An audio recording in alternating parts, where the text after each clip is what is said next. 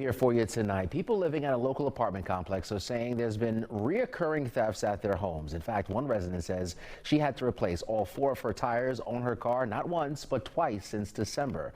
Thank you so much for joining us tonight. I'm Anthony Antoine. And I'm Rashi Batts. Now, this is a story that you will only see here on Fox. Video shows the thieves actually taking tires off of her car this past Wednesday night. It's one of several incidents at the complex, and tenants are now suing for neglect. But do you have a case? Fox 26's Sherman DeSalle spoke with them and has their story tonight. Yeah, tenants here at the Standard Apartments in EaDo are wondering what type of standard they're actually paying for. There have been numerous auto thefts that have occurred here in the last 6 months, the latest being just late Wednesday night. One video shows the moment 3 unidentified men take the tires off of one tenant's car. It only took a matter of minutes. You gotta be me. That's what I thought. Local chef Jordan Rampersad says this was the second time her tires were stolen in a month.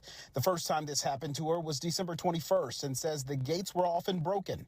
Her neighbor was hit too. She sent a demand letter first. They basically told me that they're not adding any cameras, that the staff monitors the buildings.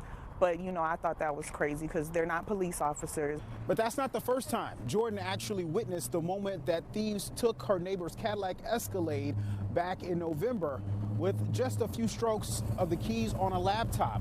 And he says the response from the property managers caused him to file a lawsuit. And he said, well, with a truck like that, with that amount of money, why don't you have a garage? If you can afford a truck like that, you should afford a garage. That was a slap in the face. And then by the end of the conversation, he said, you know what I can offer you, Mr. Robson? I can offer you to leave for free. Cello said since he filed that lawsuit, the gates have been working, but it didn't stop that theft from happening just a few nights ago.